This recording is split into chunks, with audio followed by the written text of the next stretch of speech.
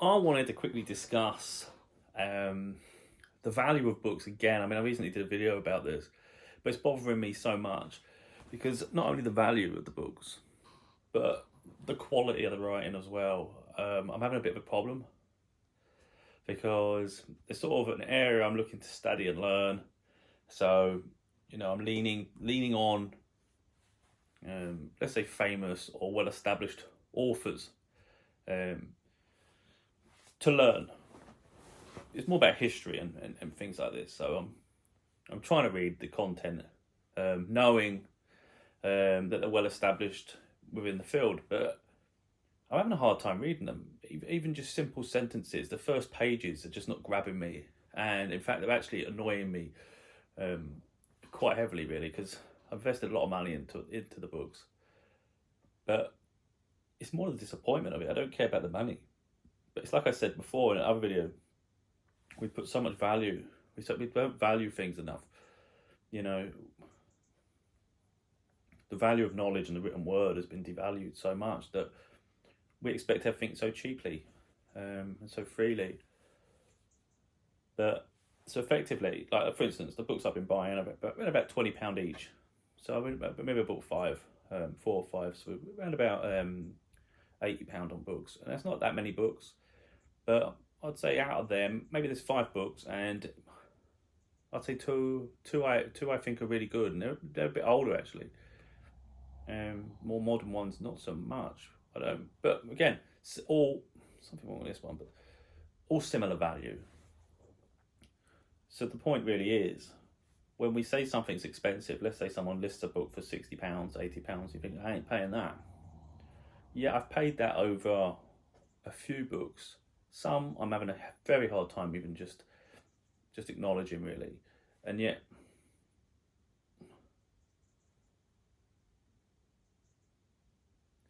yeah, and a couple I think are great. So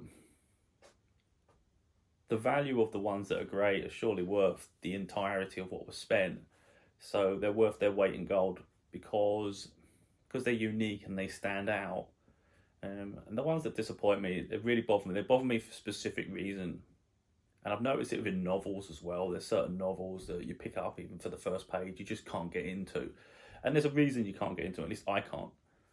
And that is where some writers, they're either too intelligent for their own good, or they're trying too hard to be intelligent. But either way, it's off-putting to the reader. There's nothing intelligent about trying to over complicate things. You don't have to complicate a sentence. The narrative doesn't have to be over complicated. No one wants to be confused. People want a simple way, a simple approach. They want a simple way of being shown something. But so many people, they're just throwing words in that there's no need for it. And it's not that the word themselves are confusing, although some are, because we don't know every word in the dictionary. It's more the fact that it just completely stops the flow of sentences. So when someone does it once and then they continue doing it throughout, it's just the whole thing is just discombobulated. It's an absolutely nightmare. So I'm looking on thinking, these are well-established authors. These are people with high credibility. People look up to and respect. Maybe I've been reading my books too much, because I have obviously read mine a lot. I've done maybe 5 books. And I like my narrative. I like the way I write. And I've done it. I've purposely wrote in the way that I do to not alienate anyone, because I think simplifying things is better. There's no point like I said, there's no point trying to seem more intelligent than you are, and there's no point overcomplicating an audience, So of course I'm reading it in expecting, I suppose, similar to my narrative, but this overcomplicating things, it's a minefield. It really is, because I'm reading. There was one book I was reading, and they just kept coming out of the topic, going from the historical moment and bringing it to the current moment, and it was so unnecessary. It's more like they were just indulging their own fantasy, indulging themselves while they were writing, and we had to go along that journey with them, rather than it being any helpful to the narrative at all. So I'm like, okay, I've just spent money on this. I'm getting irritated early on. And again, as an author and a writer myself, what it actually does, it actually elevates my own thought of myself, because I'm realizing that I think my writing's better, which, a few years ago I wouldn't have thought that, but it is because when I read it, I know certain sections of what I write is powerful, because when I read it, I think, God damn, that was amazing, and I wrote that. It's confused. You don't expect that from yourself. At least I don't. But it's happened a lot, and I've wrote a lot now. So what I wanted to do, the whole point really of me learning, was I intended to go in a certain direction with some upcoming books, and it actually was my intention to do so in a way that would help people in a similar situation to me. The things I want to learn, I want to share what I learn and help other people. And the more I'm reading other people's work, I'm realizing that it's worth me doing it, because if it's annoying me, I'm sure it's going to annoy an awful lot of other people too. So all these books exist, and most of them we just can't read. We can't read because they don't interest us. They're not engaging us. They're just, like I said, it's just fulfilling someone else's fantasy, really, and indulging themselves, rather than provide a narrative that we can follow and enjoy and absorb knowledge. Because that's really what I want to do with people. I just want to. My other books are more about a traumatic experience, so hopefully change the issues of what the trauma was, to bring about societal change. That's the whole point of that, really, to show the injustices. Then after that, it was more about healing ourselves and following our own path, not following other people or feeling that we need approval. It's more about what follow our calling, find our happiness, and pursue our own life goals. That's what that's more about, and obviously society. But now I want to get to the point of, let's discover the past. Let's embrace history as well. Let's, what got us here. How did historical moments really impact us today in other cultures and time periods? I find that quite fascinating, and it's something I want to delve into. And I'm figuring out that the things I'm interested in, I think other people are too. And what I'm actually noticing is the fact that I can't relate to half of the content I'm reading. Makes it more prevalent that I create my own work, and I'm actually really excited about it, because I know, because my books I actually read myself and I really enjoy reading them, and there might be things I learn that don't really stick into memory, that maybe I'll educate myself in the future too. It'd be something maybe I wrote about and I forgot the fact, or I forgot the nuances to it, and then maybe I read it in a year, maybe or a few years, and then oh, that's interesting, and then I realised it was my name that wrote it. I find that's remarkable, really, about how it all unfolds. But I like to be original. That's one thing that's really important to me, is authenticity and having integrity. So I have to be original. There's no way I would sit there and copy anyone's work. So I've got to absorb the knowledge and then interpret it in my own way and write from a fresh perspective of what I've learned. It can't be a case of have books around me and I'm just copying quotes and facts, because I think that's a bit fake. That's not how I would feel. I wouldn't even feel proud to do something like that. So I have to learn it, but of course, only so much stays in memory in the long term. But yeah, I don't know why people overcomplicate the written word. It doesn't have to be complicated. We can have fancy words when it's needed, indulge ourselves a little, but I think the first few pages to start that way is crazy. There's another thing I've actually noticed, and I wasn't impressed. A book came today. So like I said, a couple of them I think are absolutely amazing, but a little bit disappointed in some others. But one came today, and it weren't many pages, but cost a bit of money, really. And I thought, before I even opened it, I was like, I hope the text isn't huge. Because obviously if the text is crazy huge and it's not that many pages to begin with, how much content really is there?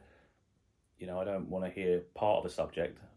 And sadly, it didn't have much. So then when I went through the chapter list, and I thought, well, actually, without even reading it and going into any sort of detail, I could see that this is really not going to cover all the content that I hoped for. It was more specific specific sections really. So that's quite disappointing because I think there's too many nowadays hiding behind that these little short books, and then they probably make a whole collection of them.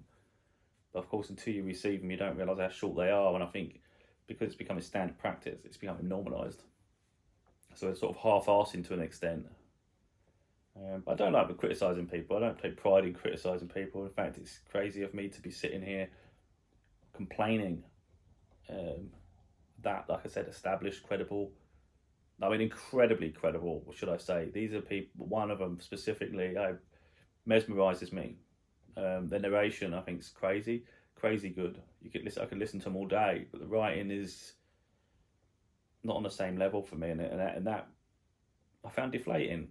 You know, I thought I found people to look up to, and it's like, well, now there's a problem here because they're too indulgent in themselves, and it's hard for me to follow. It's, how can I can't sit there and say that it's amazing just because the person's inspiring in the way they go, you know, the work they've created, especially with the narrating and things.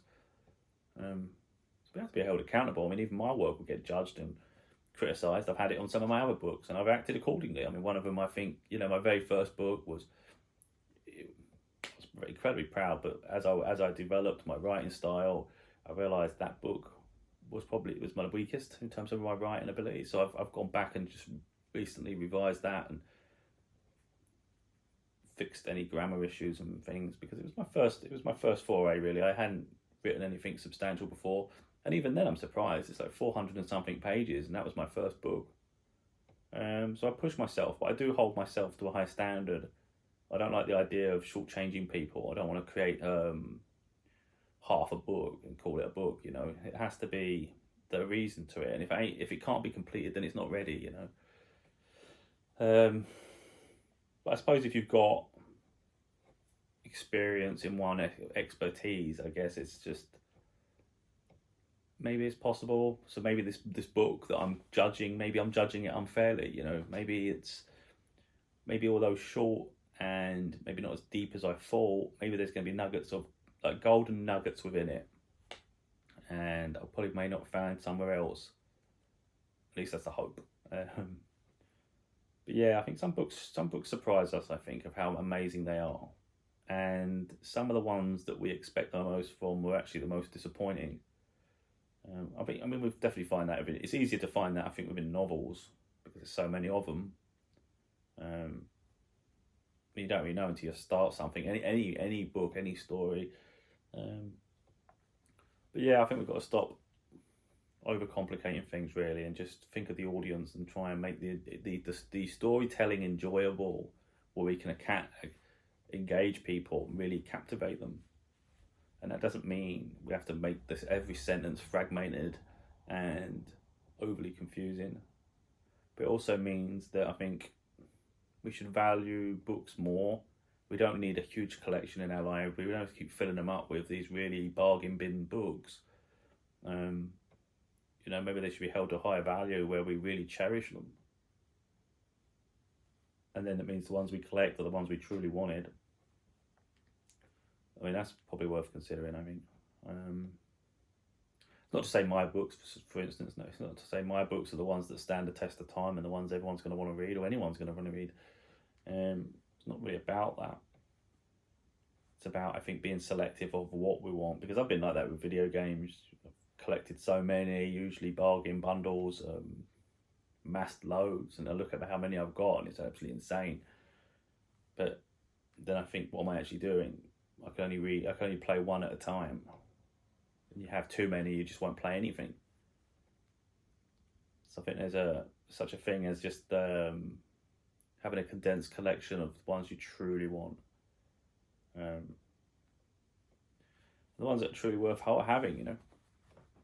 But yeah, like I say, my biggest gripe, the reason for this really was the fact that the overcomplicating things, it absolutely annoyed me, because it's not just one book, it's happening one after another now. And I'm like, this is not good, because I've stopped reading for a while I was writing. So of course I've only ever heard my narrative, I guess, for a while.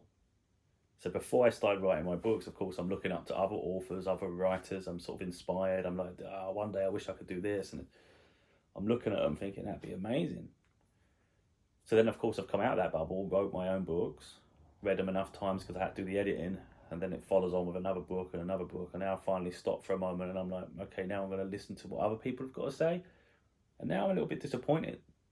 So maybe that means my levels increased, or my standards have increased. But yeah, I mean, I think everybody's going to have an issue with some types of styles of writing. We can't all be the same. You know, some people might have really short sentences and it annoys someone. Someone might have overly extended sentences and that annoys someone.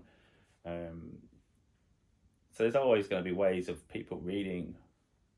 But I think that's word choice is important. Because it's up to us to captivate the audience. It really is. If you don't engage the audience, they're just going to switch off quite quick. They might not throw the book away, and they might not return it. They might not do anything with it, but they didn't get the experience that they signed up for, you know. And I think as an author, as a writer, as a storyteller, you owe it to the audience really to give them what you sold them. I wouldn't say give them what they expected, because sometimes maybe the expectation isn't quite valid to what you actually created. It's not your fault if someone expected something that it's not. I think if you sold something in a certain way and marketed it in a certain way, then of course you owe someone to honour what the product you create you promised, you know. So yeah, I'm just getting frustrated. You know, it's getting harder and harder for me to find what captivates me. I know certain authors I really cherish, but they're normally in novels, which is why I'm saying I'm trying to learn. I'm trying to go in a different direction here and find books that I can cherish for a long time, but it's getting few and far between, and it's making me, I'd say lose interest, but it's making me worried. I'm getting very concerned I'll end up just having a whole box full of books that cost me a fortune, that I never even managed to read beyond the first page, because I'm not someone that, I don't sell books. I don't sell someone else's books. I don't sell used books. I don't throw books away. I cherish them because I don't know. There's something about books that just gravitates me. I have to hold on to them. I know someone created that. It has power within it. It's just meaningful. It's not to be discarded. And I think authors in general, obviously B being one, I'm going to have an opinion on that, but I've always felt that anyway. It's just someone's made the effort to make that. It's the same with music and video games and movies and whatever have you. You know, someone's created it to sell it used.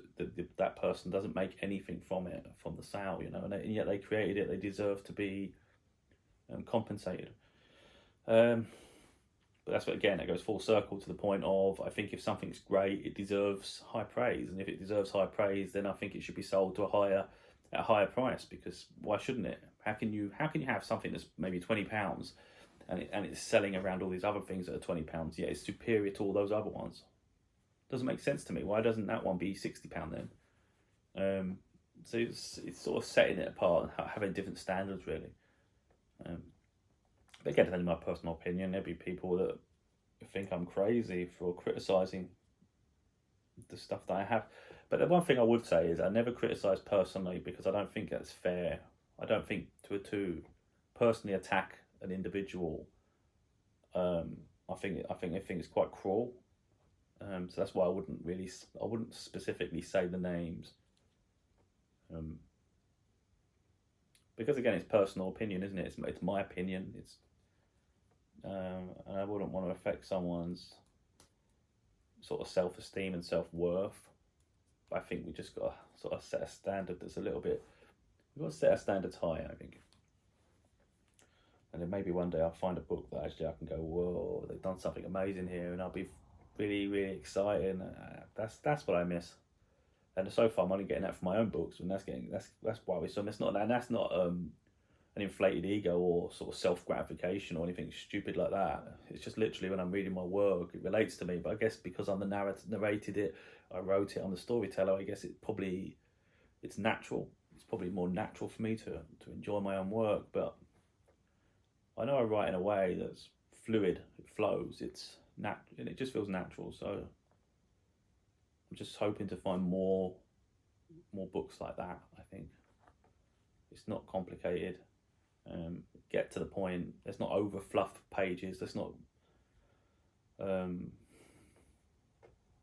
not overcomplicate and not over waste, you know, because too many of that happens as well. So many pages full of fluff. It's like they just to pad a book out. That's no good. Yeah, I think our standards. It's just about higher standards, and less. Again, if someone isn't going to be the change, we have to be the change ourselves. So I'm not finding what I want, so I'm going to have to create it myself. Yeah, that's all I can do, isn't it? It's like, what can I do? I think sometimes you do that, don't you? You see something as a driving force to achieve the impossible, to change things. Something doesn't exist, let's just create it. And that's the next task now. So rather than go from just learning something and just embracing knowledge, now I'm going to go from learning to actually creating it yet again, to create my own little piece of little magic again. And now be open to criticism, because aren't we all?